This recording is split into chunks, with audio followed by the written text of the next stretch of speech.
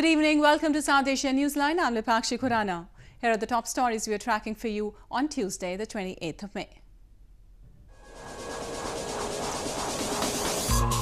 Two terrorists neutralized in encounter in India's Jammu and Kashmir.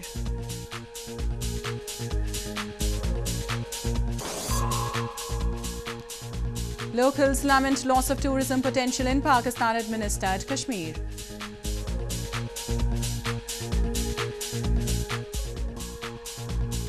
And Afghanistan's chief executive calls for probe into allegations involving presidential palace.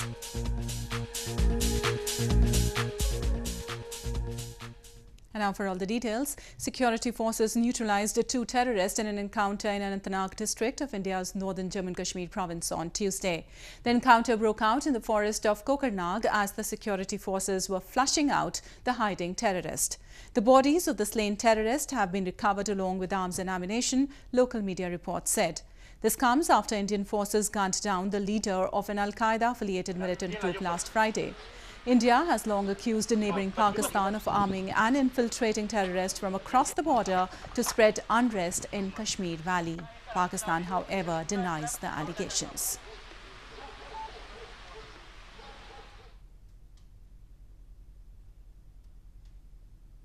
India's Defence Research and Development Organisation, or DRDO, on Monday successfully test-fired Akash Mk1S, a surface-to-air missile from Integrated Test Range in eastern Odisha province.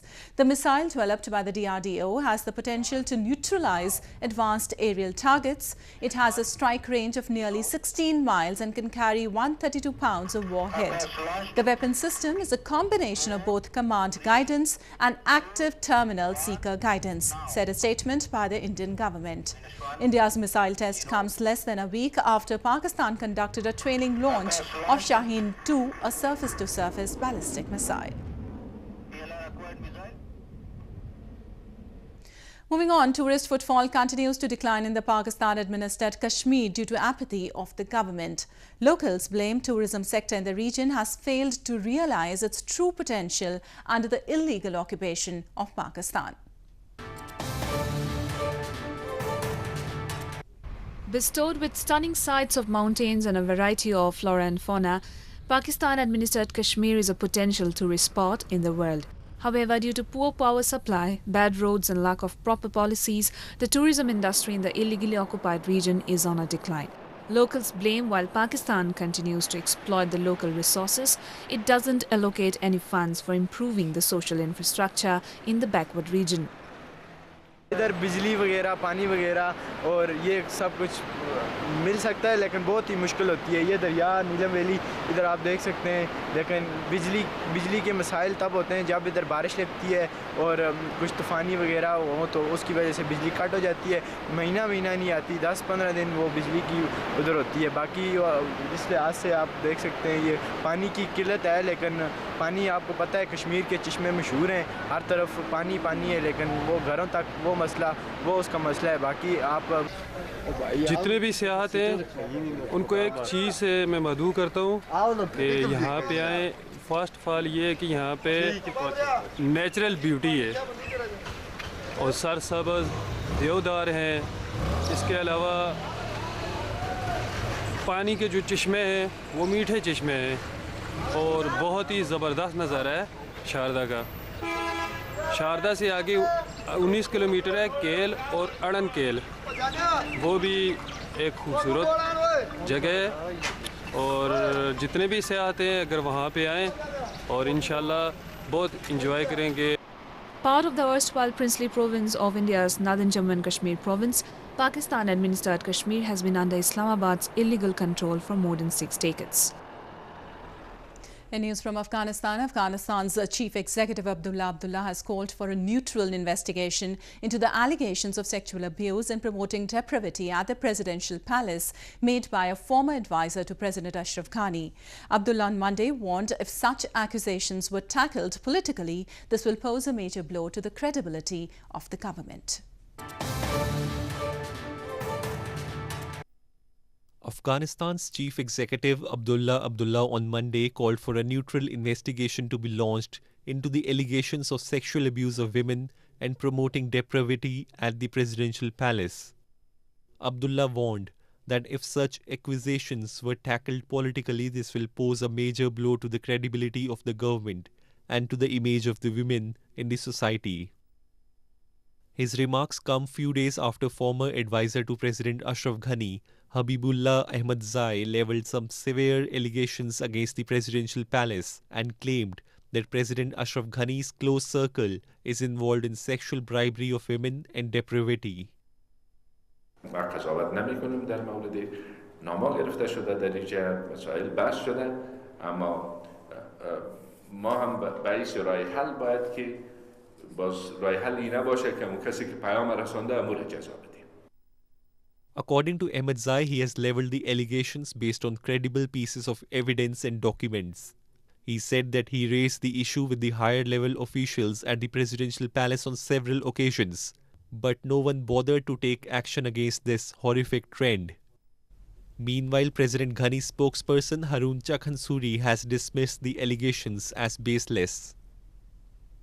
And more on news from Afghanistan. Officials from Afghanistan Chamber of Commerce and Industries have said that the country is facing serious difficulties in the establishment of shipping companies in Chabahar port as it does not have the membership of International Chamber of Shipping. This comes at a time when Afghan traders are preparing to send the second shipment of products to the Indian market. Officials from Afghanistan Chamber of Commerce and Industries or ACCI on Monday said that Afghanistan is facing serious difficulties in the establishment of shipping companies in Chabahar port as the country doesn't have the membership of International Chamber of Shipping or ICS. Officials have said that the issues around transactions and high guarantees have also not been resolved. Afghanistan exported its first shipment through Chabahar port 3 months ago. تعدادی از اعضای سکتور خصوصی افغانستان به خصوص اتاق تجارت سرمایه گذاری افغانستان حاضر به این شدن که کشتی‌ها را خریداری بکنن اما مشکلی که در اون ساعت تا فعلا وجود داره ای است که افغانستان تا حال عضویت سازمان کشتیرانی بین المللی را یعنی وزارت ترانسپورت افغانستان نگرفته. This comes at a time when Afghan traders are preparing to send the second shipment of products to the Indian markets via the Chabahar port. Currently, goods from Afghanistan are being transferred on trucks and other vehicles to the port, and then the Indian ships transfer them to the Indian markets. And in news from Nepal, an Indian mountaineer who was forced to return back before summiting the Mount Everest said on Monday in Kathmandu that the lack of trained guides and delays on the crowded route up to the world's tallest peak were the key factors in the spate of deaths on the mountain. Most deaths on Everest this year have been attributed to exhaustion and tiredness.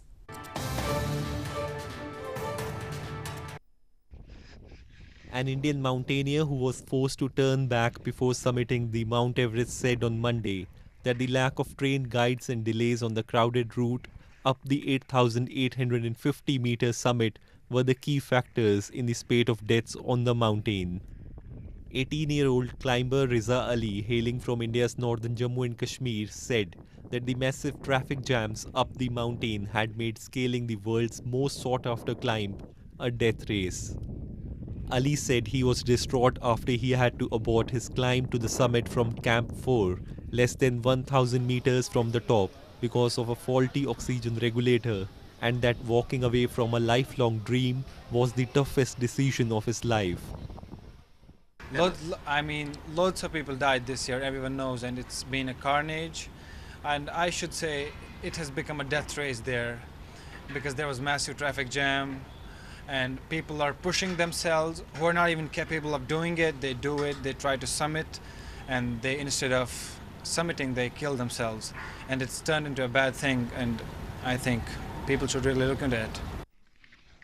Meanwhile, an American climber also died on the descent from the summit of Mount Everest on Monday, taking the number of dead or missing mountaineers on the world's highest mountain to 9 on the Nepali side during the current climbing season. About 5,000 people have scaled the Everest summit so far, and about 300 have died on its slopes. A group of youths in India's northern Jammu and Kashmir province have started a new concept of radio on the go in the Kashmir Valley, where they go to different places and record their shows in the open. They aim to take the radio to the people rather than calling them to the radio station to record the programs.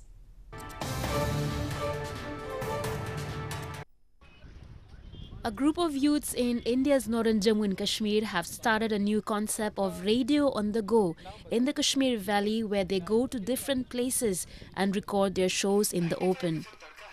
The radio jockeys of 95 FM Tatka in Srinagar take their live equipments to different places in the valley, interact with the people on various issues and broadcast their programs live on their radio station. They say the concept was started with an aim of taking the radio to the people rather than calling them to the radio station to record the programs. Actually, 95 FM Tadka जो है, we have introduced a new concept, radio on the go. आप देखते हैं जितने भी radio stations यहाँ हैं उनके पास स्टूडियो है, ऑफिस है.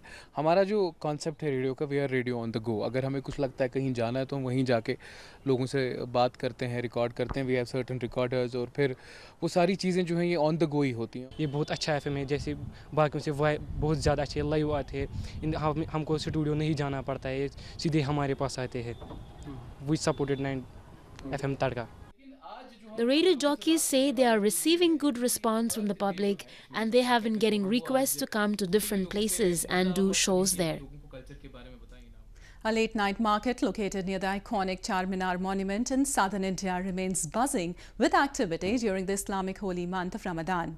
People in Hyderabad city have been thronging the market to buy a variety of accessories and enjoy local delicacies available especially during Ramadan.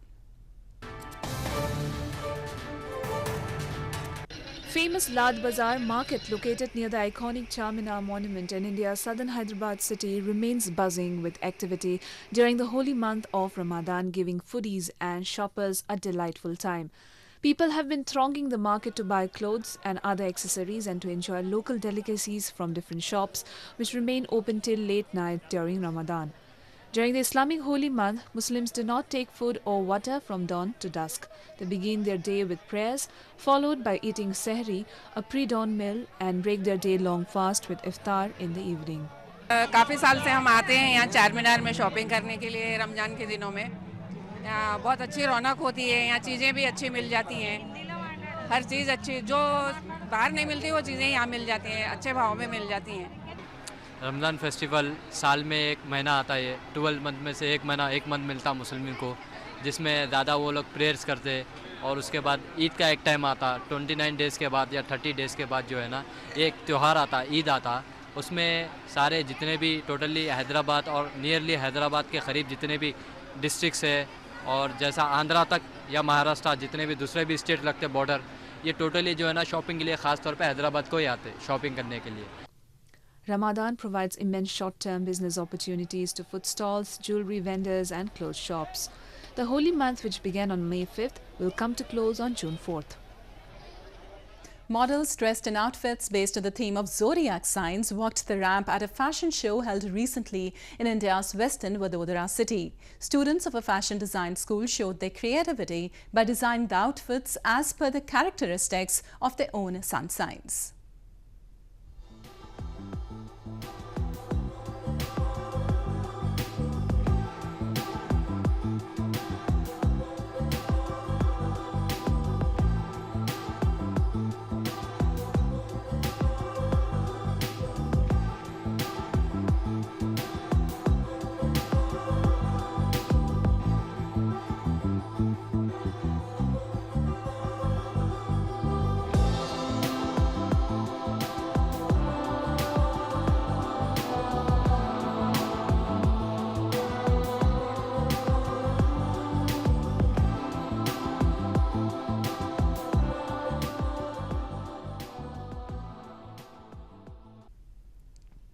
Well, that's all we have for you from South Asia this evening. Now our viewers can watch the show on SouthAsiaNewsline.com. You can also visit us on Facebook.com/SAsiaNewsline and follow us on Twitter @SAsiaNewsline. That's all in tonight's edition. We'll see you same time tomorrow. Good night.